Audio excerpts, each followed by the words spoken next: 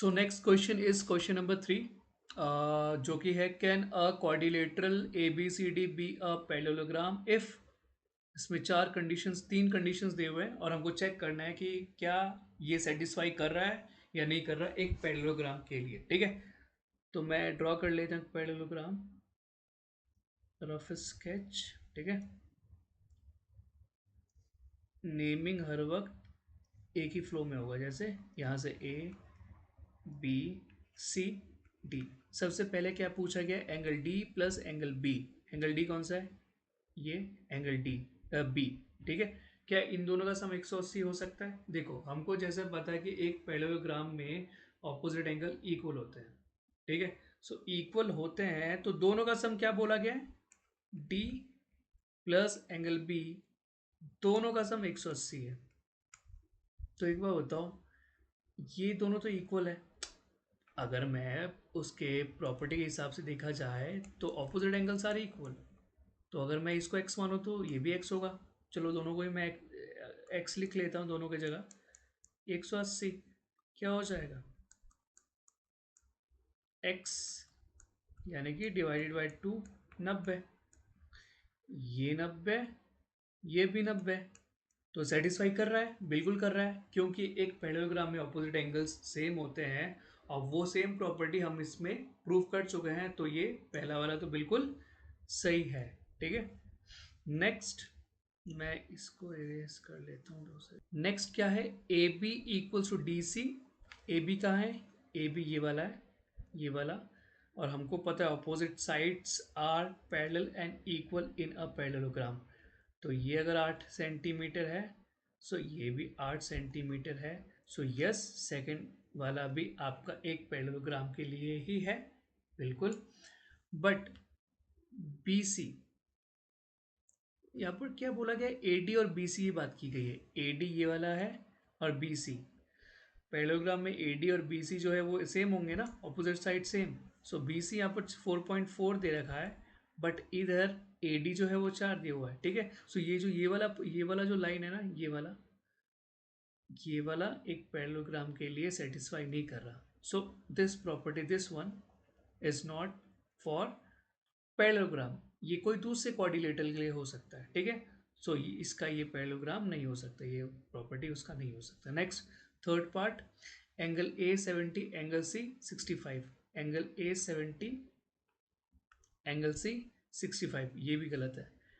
क्यों? क्योंकि पैरेललोग्राम में अपोजिट एंगल सेम होते हैं। तो अगर ए अगर 70 है तो सी भी 70 होना चाहिए। सो थर्ड वाला जो आपको दिख रहा है, जो भी वैल्यूज है, ये एक पैरेललोग्राम के लिए सेटिस्फाई नहीं कर रहा है। सो थर्ड पार्ट हो गया कंप्लीट। नेक्स्ट, फोर्थ पार्ट में क्या है, draw a rough figure of a quadrilateral that is not a parallelogram but has exactly two opposite angles of equal measure. बोला क्या गया कि एक क्वाड्रिलेटरल ड्रॉ करना है जिसका एक पेयर ऑपोजिट एंगल का सेम होना चाहिए, सिर्फ एक पेयर। एक कौन सा ऐसा कोऑर्डिनेटर है, वो है आपका काइट।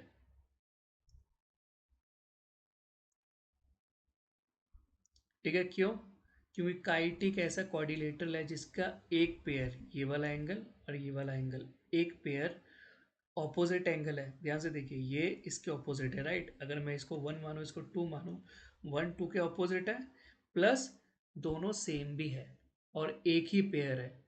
सो काइट एक ऐसा क्वाड्रिलेटरल है जिसका एक पेयर ऑपोजिट एंगल का, एक पेयर जो है वो इक्वल है, राइट। सो फोर्थ भी सॉल्व हो चुका है। फिफ्थ में क्या है, measure of two adjacent angles of a parallelogram are in ratio 3:2, find the measure of each of the angles of the parallelogram. ठीक है, सो अगर एडजेसेंट की बात की जाए तो एडजेसेंट किसको बोला गया है, मैंने अभी थोड़ी देर पहले एक्सप्लेन भी किया है, ये एडजेसेंट है, राइट। मैं इसको फिर से नेमिंग जल्दी से कर देता हूँ।